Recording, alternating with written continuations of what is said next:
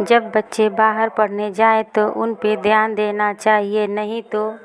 Hello, तुम थोड़ा मेरी सीट पता लगा दोगे?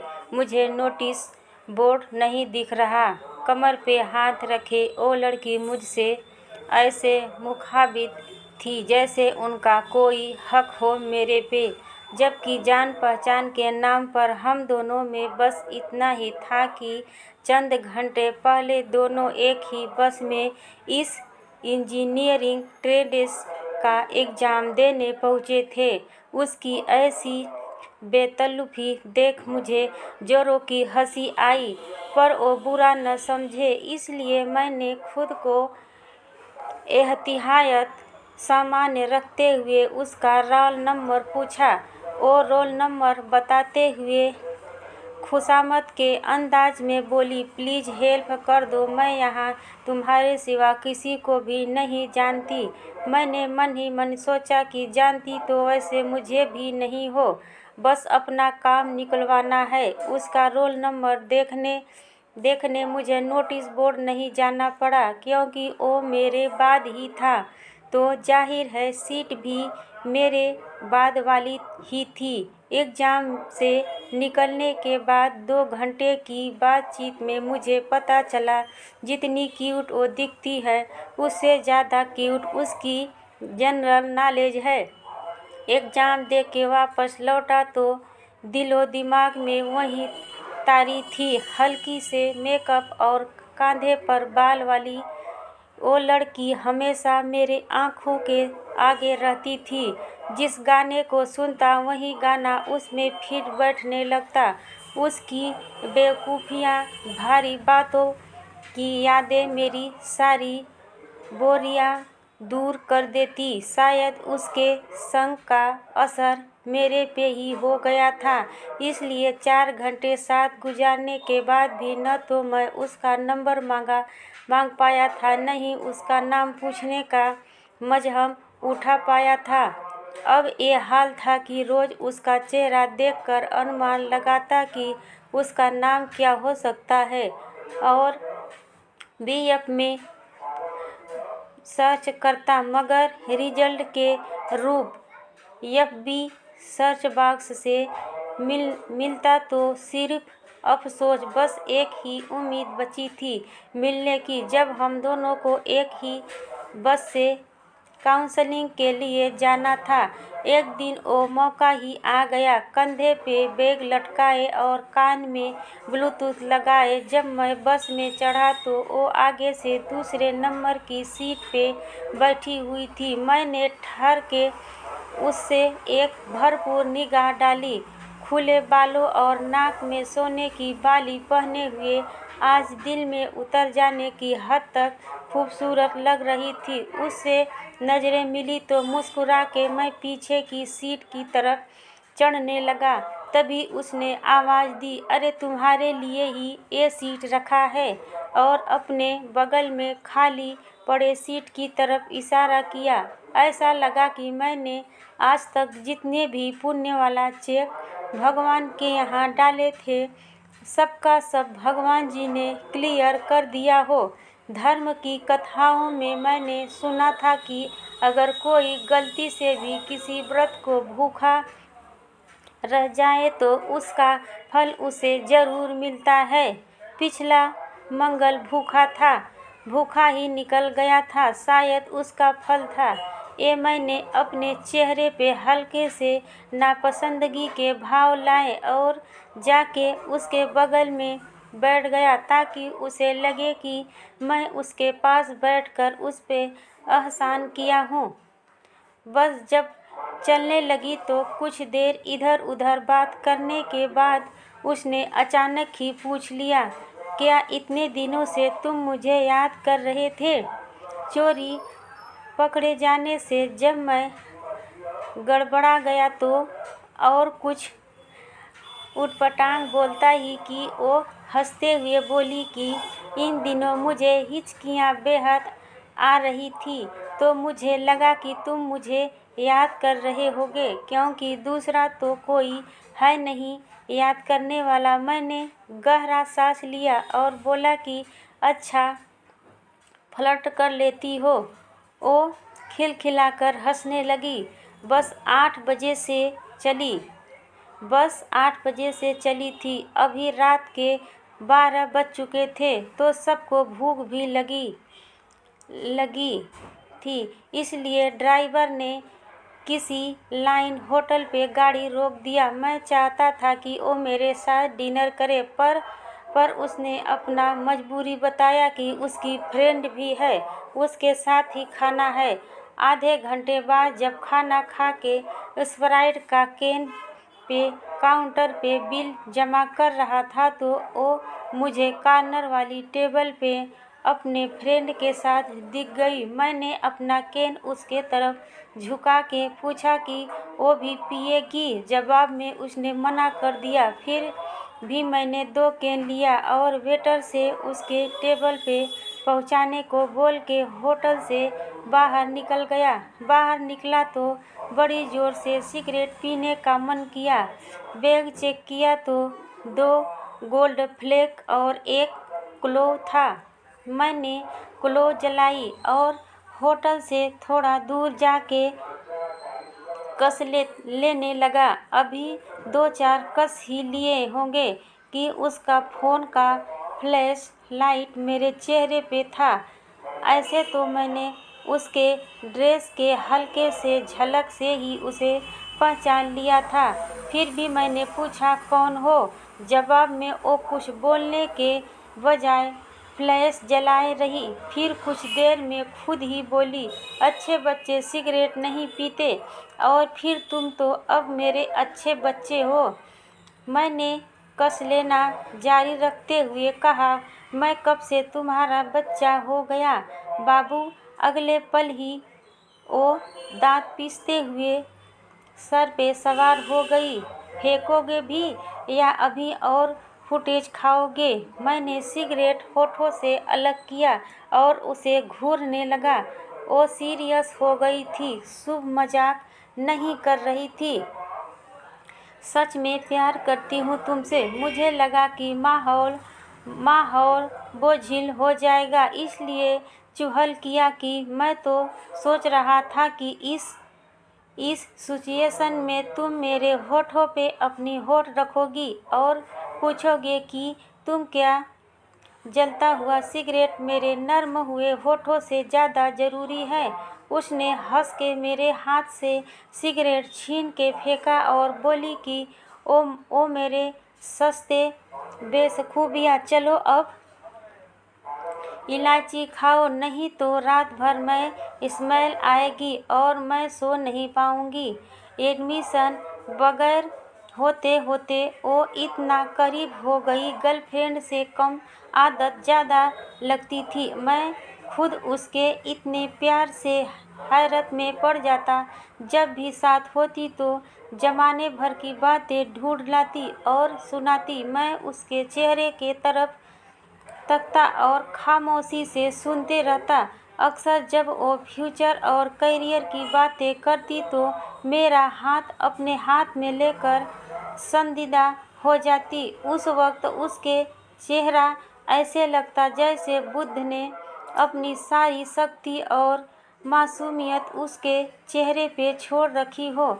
जब वो ज़्यादा संजीदा हो जाती तब मैं चुहल करके उसके इश्क में ग्लोवर होते हुए कहता, अरे बामियान की बुद्ध, इतना भी शांत मत दिखो। तुम्हें आसमान में उड़ाने के लिए मेरे जैसा आतंकवादी आ चुका है। वो खिलखिला के हंसने लगती। तब मैं बस उसे देखता रह जाता, निर्विकार। अक्सर मुझे ज़बरदस्ती कैंटीन ले जाती। मैं पैसे देता तो फट पड़ती, तुम्हारा पैसा भी तो मेरा ही पैसा है, अभी इसे खर्च कर लेते हैं, शादी के बाद उसे खर्च कर लेंगे। मैं चुप पड़ जाता। खाने में न तो मुझे पिज्ज़ा पसंद था न ही डोसा, मगर वो ज़बरदस्ती मुझे खिलाती। मैं ना नुकुर करता तो कहती, मेरे हाथों में जादू है, तुम खा के देखो, सब अच्छा लगेगा। इससे पहले ऐसे जिद करके मेरी माँ ही खिलाती थी। तब बचपन में मैं तीखा होने के कारण मीट खाने से मना कर देता और वो मीट को पानी से धोकर खिलाती और कहती कि अगर तुम नहीं खाओगे तो मैं दुबली हो जाऊंगी। ये बात मेरे मन में भर गया था। बचपन में मैं उन पे गुस्सा हो गया तो कहता कि आगे से खाना नहीं खाऊंगा और आपको दुबला कर दूंगा। सब लोग हंसते हैं। नहीं समझ पाता, मैं नहीं समझ पाता, बच्चा था न, उसके साथ अभी भी बच्चा ही बन जाता। खाली छड़ों के कभी इतनी खुशी देखता तो ऐसा लगता कि कहीं कुछ बिगड़ न जाए। अक्सर मेरे साथ यही होता आया है। जब ज़्यादा खुश होता हूँ तो बड़ा दुख आने वाला होता है। यहाँ भी ऐसा ही कुछ होने लगा। धीरे धीरे चीज़ें बदलने लगी। मिलना जुलना कम हो गया। मैं उसे मैसेज करता कि बदले बदले से सरकार नज़र आते हैं तो उधर से जवाब केवल स्माइली ही आता। इसी बीच दशहरे की छुट्टी हो गई। मैं घर आ गया। यहाँ आकर उससे फ़ोन पे बात कर पाना मुश्किल होता था। अक्सर रात को 5 मिनट के लिए टाइम निकाल के उसे कॉल करता, मगर उसके बातों से कभी ऐसा नहीं लगता कि वो मुझ पे बात करने में इंटरेस्ट ले रही हो। मैंने उसे कॉल करना छोड़ दिया। उसका कॉल भी आता तो नहीं उठाता। छुट्टियां बीतने के बाद जब कॉलेज लौटा तब तक सब कुछ पूरी तरह बदल चुका था। अक्सर दोनों एक दूसरे को देखकर नज़रअंदाज कर देते। कॉलेज के नए रूटीन का बहाना होता, मगर मुझे सब कुछ पता था। अक्सर दोस्त आकर बताते कि एक सीनियर के साथ वो लाइब्रेरी में टेबल शेयर कर रही है। मैंने इसी वजह से लाइब्रेरी जाना छोड़ दिया ताकि अपने आँखों से उसको किसी और के साथ न देखूं। किताबें रूम में ही मंगा लेता। वैसे भी उनमें अब मन नहीं लगता। कॉलेज में आने के बाद जाने क्यों बिना नागा रोज रात को वो फ़ोन करती। मैं उसके सामने इन सब चीज़ों का जिक्र छोड़ता तो वो ऐसे शो करती जैसे सब कुछ नॉर्मल हो। पुराने दिलों का जिक्र करता तो पढ़ाई के प्रति सीरियस होने का बहाना बनाने लगती। मुझे भी पढ़ने पे ध्यान देने की एडवांस देने लगती। मैं खुद में ही घुटने लगा। तंग आकर मैंने एक दिन उसे कह दिया कि मेरे पास फ़ोन न करो प्लीज़, अब सारे रिश्ते ख़त्म हो गए हैं। मुझे लगा कि इतना कहने पे भी वो कुछ तो सफाई देगी, मगर वो सफाई देने के बजाय चहकते हुए बोली, शुभ, अगर तुम्हें सब कुछ खत्म लगता है तो फिर मैं कौन हूँ तुम्हारी बात काटने वाली। जैसी तुम्हारी मर्जी। बस एक काम कर दो, मेरी फ़ोटोज़ डिलीट कर दो, मैं तुम्हारी कर दूँगी। मैंने उसके फ़ोटोज़ डिलीट कर दी और वॉलपेपर पे वापस माँ की तस्वीर लगा दी। मुझे लगा अब यहाँ से खुद को समेट लूँगा, लेकिन अगले दिन फिर से उसका फ़ोन आ गया। मेरे रिसीव करते ही वो चहक पड़ी। कैसे हो, लाइफ मज़े में है या नहीं? मैं चुप्पी साधे हुए था। वो मुझे तरह तरह के सवालों में उसका रही थी। कोई गर्लफ्रेंड ढूंढी क्या? सिंगल होके कैसे फीलिंग आ रहे हैं? ऐसे सवाल पूछ के नश्तर की तरह भीतर चुभो रही थी, जिस्म के अंदर ऐसे लग रहा था जैसे कांच की किरचियाँ बिखरी हुई हो और सीने में चुभ रही हो। मैं चुप पड़ा, बस उसके कॉल सुन रहा था। आंखों से आंसू गिर रहे थे, गला रूठ गया था। फ़ोन काटा तो महीनों बाद फिर से सिगरेट की तलब लगी। हॉस्टल की बाउड़ी तलब के बाहर जाके खुलवाई और 2 डब्बे सिगरेट लाके फूंक डाला। इसके बारे में भर जाए ऐसी कोशिश थी। अगले दिन जब दोपहर को नींद खुली तो उठते ही स्टेटस सिंगल कर दिए। धीरे धीरे ब्रेकअप की खबरें सबको लग गई। मैं चुप सा हो गया था। कॉलेज में आता और खुद को कमरे में पैक कर लेता था। किसी के काम भर से ज़्यादा बातें नहीं करता था। व्हाट्सएप भी अब इंस्टॉल कर दिया। रोज़ शाम को माँ से बात कर करके उन्हें फ्यूचर प्लान की बकवास बताता और रोज़ रोज़ एक ही बात सुन के भी नहीं उबती। उन्हें लगता कि मैं किसी बड़ी गलती कर बैठा हूँ, इसलिए प्रॉब्लम से लड़ने की बात कहती। पापा को फ़ोन करके रोज़ गुड नाइट बोलने लगा। उन्हें लगता कि मैं किसी पेपर में फेल हो गया हूँ तो ढंग के पूछे, ढाढ़स बढ़ाते कि बेटा कोई परेशानी तो नहीं है, घबराना मत, दिन हंसते हंसते हुए काटना चाहिए। मैं किसी से कुछ नहीं कह पाता।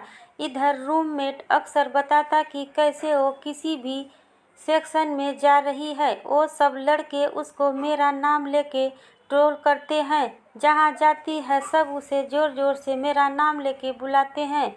वो उल्टे पैरों वापस लौट आती है। मेरे सामने जब कभी ये होता तो मैं लड़कों को मना कर दिया करता। सिगरेट के धुएं में उसे भुलाने की कोशिश करता। धीरे धीरे साल बीता तो सब कुछ नॉर्मल हो गया। ब्रेकअप का दर्द मिट चला। हालांकि वो कहीं दिख जाती तो मैं नज़रें फेर लेता। अपने अच्छे एकेडमी और बिहेवियर के कारण मैं कॉलेज के डिसिप्लिन कमेटी में रिप्रेजेंटेटिव ऑफ स्टूडेंट चुन लिया गया था। एक दिन रात को सिगरेट जला के जैसे ही मैंने बुक खोला तो वह की गार्ड ने आके बताया कि अर्जेंट है, डीन सब बुला रहे हैं। भागते हुए जब मैं डीन ऑफिस पहुंचा तो देखा कि वो उसी सीनियर लड़के के साथ बाहर खड़ी है। अंदर पता चला कि वो 3 महीने से प्रेग्नेंट है। आज जब उसने लड़के से किसी बात पे झगड़ा कर लिया तो उसने उसे जोर से मार दिया। वो बेहोश हो गई थी। सर चाहते थे कि दोनों को कॉलेज से निकाल दिया जाए। मेरे से बस वो स्टूडेंट से रिएक्शन के बारे में जानना चाहते थे। मैंने पूरे 1 साल बाद उसके तरफ आंख उठा के देखा। आंखों के बगल में काला धब्बा साफ नजर आ रहा था। मेरा कलेजा मुंह को आ गया। कभी यही आंखें थी जो मेरे आंखों से चाह कर भी ओझिल नहीं होती थी। मैंने डीन सर को बतलाया कि लड़का तो पहले से आवारा है, कोई कुछ नहीं बोलेगा, लड़की का अबॉर्शन करवा के निकलवाते हैं। सर